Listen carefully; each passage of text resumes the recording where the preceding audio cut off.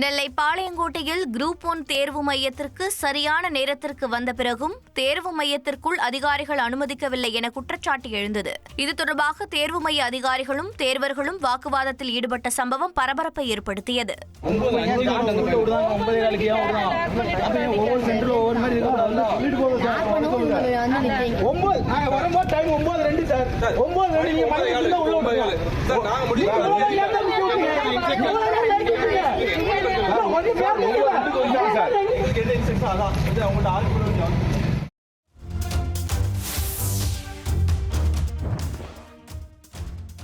Group 1 முதல்நிலை தேர்வு முடிவுகள் 2 மாதங்களில் வெளியாகும் என TNPSC தலைவர் பிரபாகர் தெரிவித்துள்ளார்.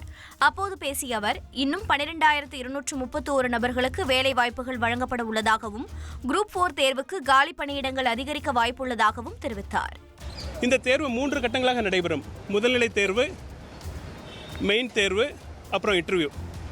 இன்று முதல்நிலை தேர்வு நடக்கிறது. இது அப்ஜெக்டிவ் டைப் எக்ஸாமினேஷன்.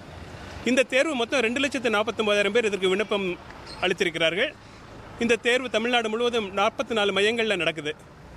சென்னையில் ஏறக்குறைய ஒரு 170 ஹாலில் இந்த தேர்வு நடந்து கொண்டிருக்கிறது. இப்போ நம்ம இங்கே பார்வையிட்டு கொண்டிருக்கிற இந்த தேர்வு மையத்தில் 200 மாணவர்கள் நமக்கு விண்ணப்பித்திருந்தார்கள்.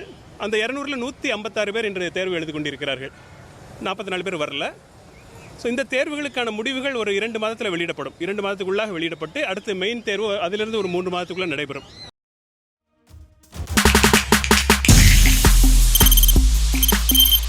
தவிர்க்க முடியாத தம்ப்நெயில்ஸ், கலக்கலான கண்டென்ட்ஸ், சினிமாவும் சீரியஸ் பிரச்சனைகளும், பல வருடங்கள் இடைவெளி கலகலப்பும் கைகலப்பும்,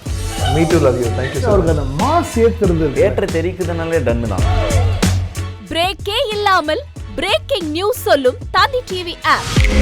இன்ஸ்டா தலைமுறை வரை இறங்கி அடிக்கும் தந்தி டிவியின் டிஜிட்டல் எக்ஸ்க்ளூசிவ். அது தண்ணிக்குள்ள போகும்போது ஹேங் ஆயிடுச்சு. உங்களுக்கு விஜய் சார் எந்த அளவுக்கு ரொம்ப பிடிக்கும்? Of course, Malayalis are huge Vijay sir fans. ரெண்டு பேருமே ரொம்ப பிடிக்கும் எனக்கு. தந்தி டிவி ஆப்பை இலவசமா டவுன்லோட் செய்யுங்க. ஃபாலோ பண்ணுங்க, சப்ஸ்கிரைப் பண்ணுங்க, என்ஜாய் பண்ணுங்க.